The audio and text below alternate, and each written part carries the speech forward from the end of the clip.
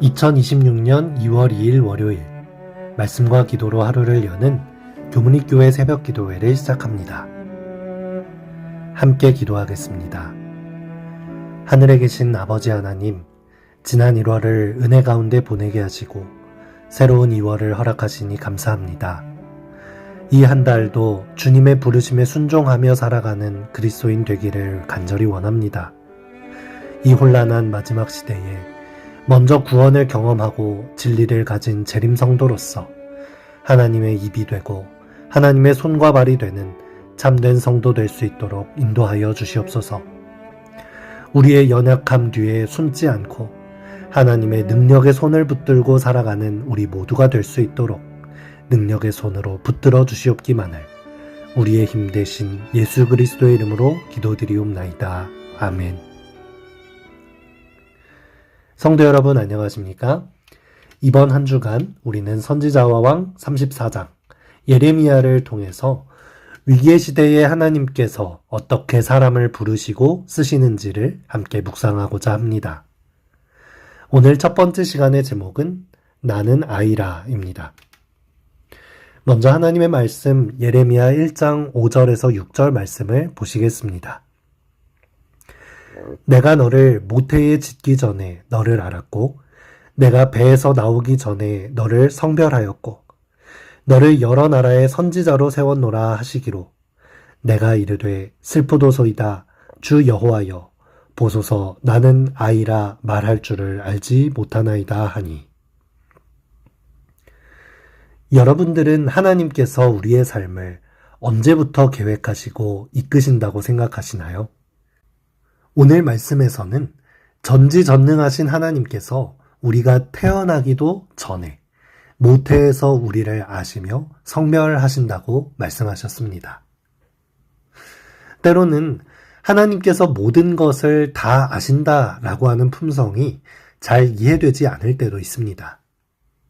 그렇다면 내가 잘할 것도 아시고 내가 잘못할 것도 다 아시고 지금 내가 겪는 고난까지도 미리 다 알고 계신다는 사실이 이해되지 않는 것입니다.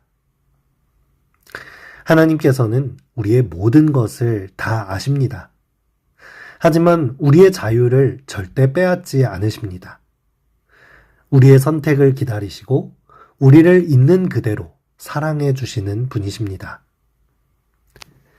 선한 왕이었던 요시야 왕의 통치가 끝나갈 무렵 유다에는 다시 어두운 그림자가 들이우고 있었습니다. 다시 우상 숭배와 하나님을 배반하는 정신이 만연해지려고 하고 있었습니다. 유다의 역사가 어두워지고 있는 이때 하나님께서 부르신 선지자가 있었는데 바로 예레미야였습니다. 우리가 읽은 말씀은 하나님께서 예레미야를 부르시는 장면입니다.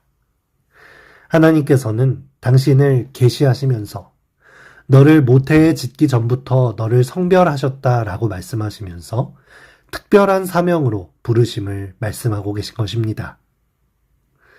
하지만 예레미야는 자신이 없었습니다. 그는 소심하고 내성적인 성격의 소유자였고 자신이 감당해야 할 기별과 이 시대의 죄악의 무게가 얼마나 무거운지 느끼고 있었습니다.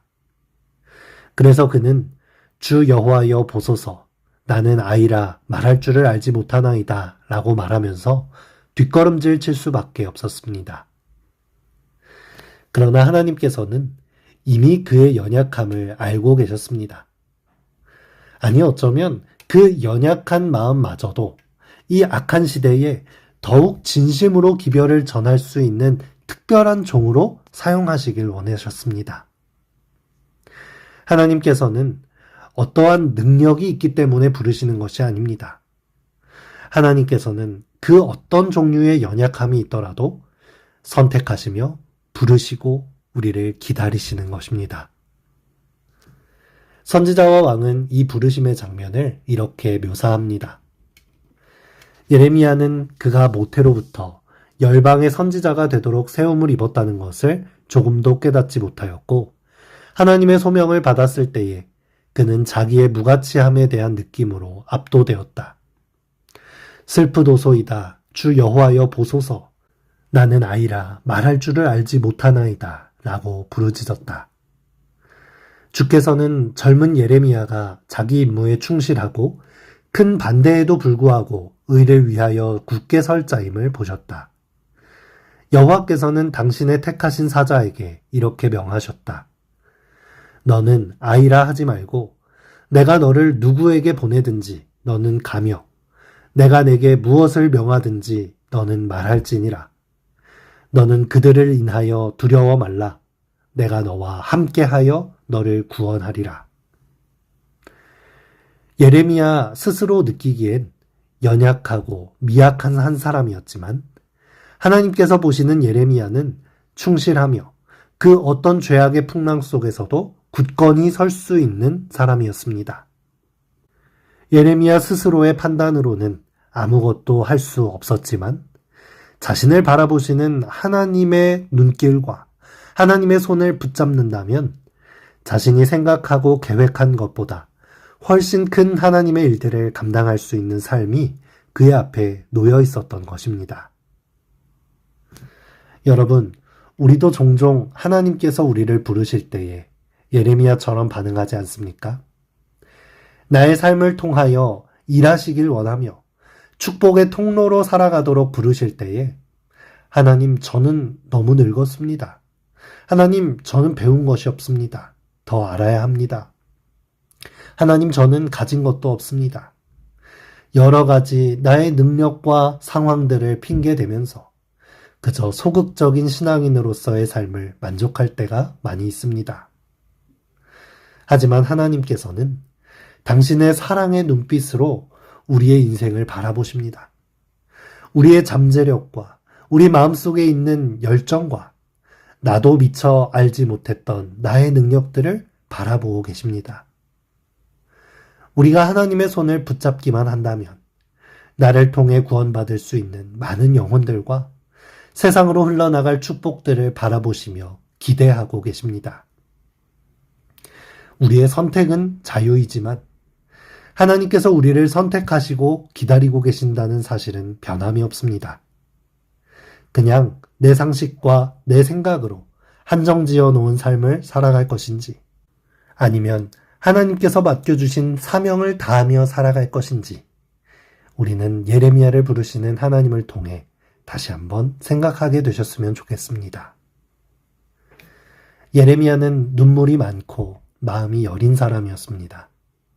우리에게도 그의 별명이 눈물의 선지자로 알려져 있죠. 하지만 하나님께서는 연약해 보이는 그 그릇이 하나님의 강한 심판의 메시지를 누구보다도 사랑의 마음을 담아 당신의 백성들에게 전할 선지자라는 것을 알고 계셨던 것입니다. 사랑하는 성도 여러분, 우리에게 맡겨진 복음의 사명이 부담스러우십니까?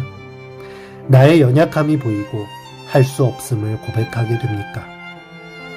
나를 선택하시고 부르시는 하나님, 그리고 우리와 함께 하시겠다고 약속하시는 하나님을 바라보시며 네, 주님 함께 하시니 가겠습니다 라고 고백할 수 있는 우리들이 되시기를 바라겠습니다.